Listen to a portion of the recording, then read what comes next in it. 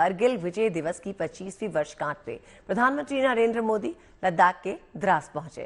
Kargil war memorial पे शहीदों को श्रद्धांजलि देते हुए प्रधानमंत्री ने देश के दुश्मनों को जमकर ललकारा। 25 साल पहले 84 दिन के संघर्ष के बाद भारत ने 26 जुलाई 1999 को पाकिस्तान पर विजय हासिल की थी। प्रधानमंत्री मोदी ने कारगिल युद्ध के शूरवीरों को इस मौके पर याद किया। द्रास में कारगिल युद्ध स्मारक पर शहीदों को श्रद्धांजलि देने के लिए प्रधानमंत्री द्रास में इस वक्त मौजूद।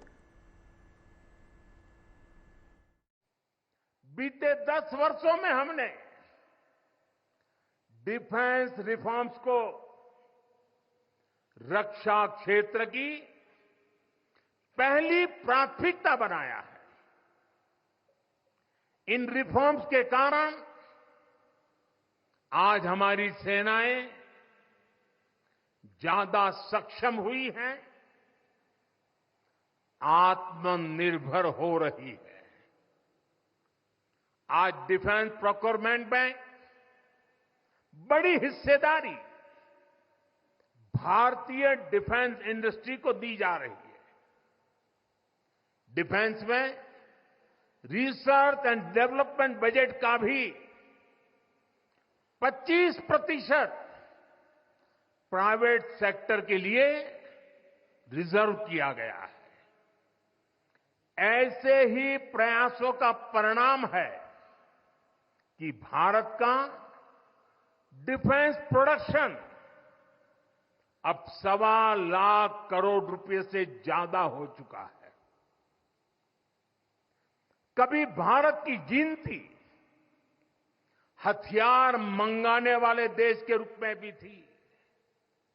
अब भारत एक्सपोर्टर के तौर पर अपनी पहचान बना रहा है।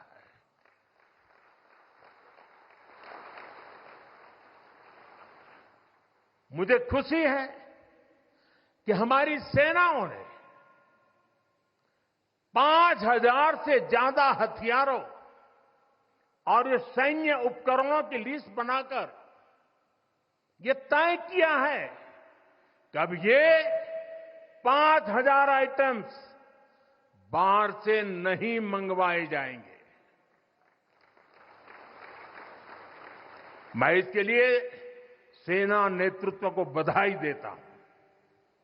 साथियों, डिफेंस सेक्टर में रिफॉर्म्स के लिए भी भारत की आर्म्ड फोर्सेस की सराहना करना चाहता हूं। हमारी सेनाओं ने बीते वर्षों में कई साहसिक निर्णय लिए हैं। सेना द्वारा किए गए जरूरी रिफॉर्म्स का एक उदाहरण अग्निपथ स्कीम भी है।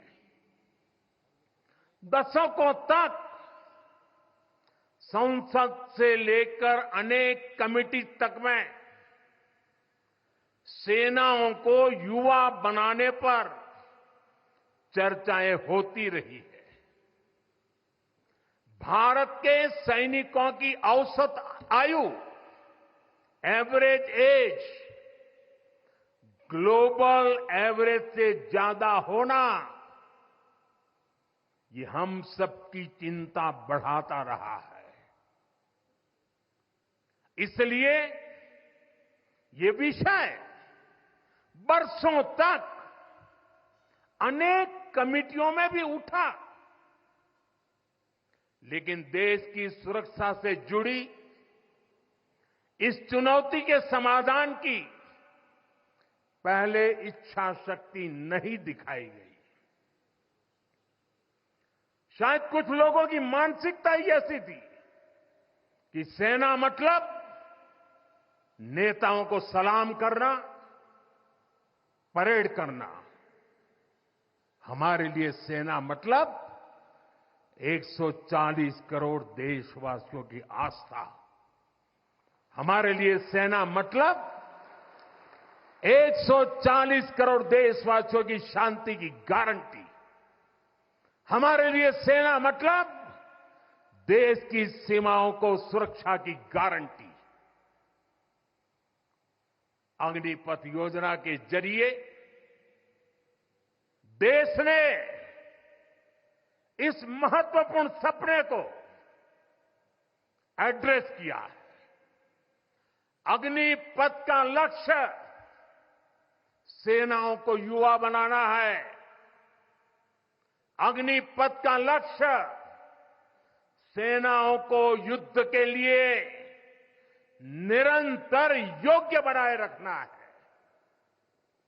दुर्भाग्य से राष्ट्रीय सुरक्षा से जुड़े इतने संवेदनशील विषय को कुछ लोगों ने राजनीति का विषय बना दिया है। कुछ लोग सेना के इस रिफॉर्म पर भी अपने व्यक्तिगत स्वार्थ में झूठ की राजनीति कर रहे हैं। ये वही लोग हैं जिन्होंने सेनाओं में हजारों करोड़ के घोटाले करके हमारी सेनाओं को कमजोर किया। ये वही लोग हैं जो चाहते थे कि एयरफोर्स को कभी आधुनिक फाइटर जेट न मिल पाए। ये वही लोग हैं जिन्होंने तेजस फाइटर प्लेन को भी डिब्बे में बंद करने की तैयारी कर ली थी।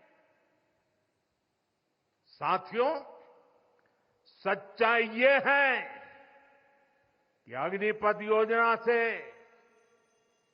देश की ताकत बढ़ेगी और देश का सामर्थ्यवान युवा भी मातृभूमि की सेवा के लिए आगे आएगा। प्राइवेट सेक्टर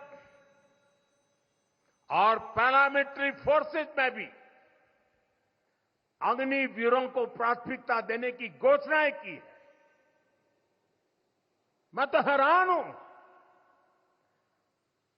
कुछ लोगों की समझ को क्या हुआ है, उनकी सोच को क्या हो चुका है। ऐसा भ्रम फैला रहे हैं कि सरकार पेंशन के पैसे बचाने के लिए ये योजना लेकर आई है। मैं जरा ऐसे लोगों की सोच से शर्म आती है, लेकिन मैं ऐसे लोगों से पूछना चाहता हूं, जरा कोई मुझे बताए, आज मोदी के शासनकाल में जो भर्ती होगा, क्या आज ही उसको पेंशन देना है क्या? उसको पेंशन देने की नौबत 30 साल के बाद आएगी और तब तो मोदी 105 साल का हुआ होगा और तब न भी मोदी की सरकार होगी। क्या मोदी जब 105 साल का होगा, 30 साल के बाद जो पेंशन बचेगा उसके लिए मोदी ऐसा राजनीतिक है जो आज गाली खाएगा? क्या तर्क दे रहे हैं? लेकिन साथियों, मेरे लिए दल नहीं, देश सर्वोपरि है।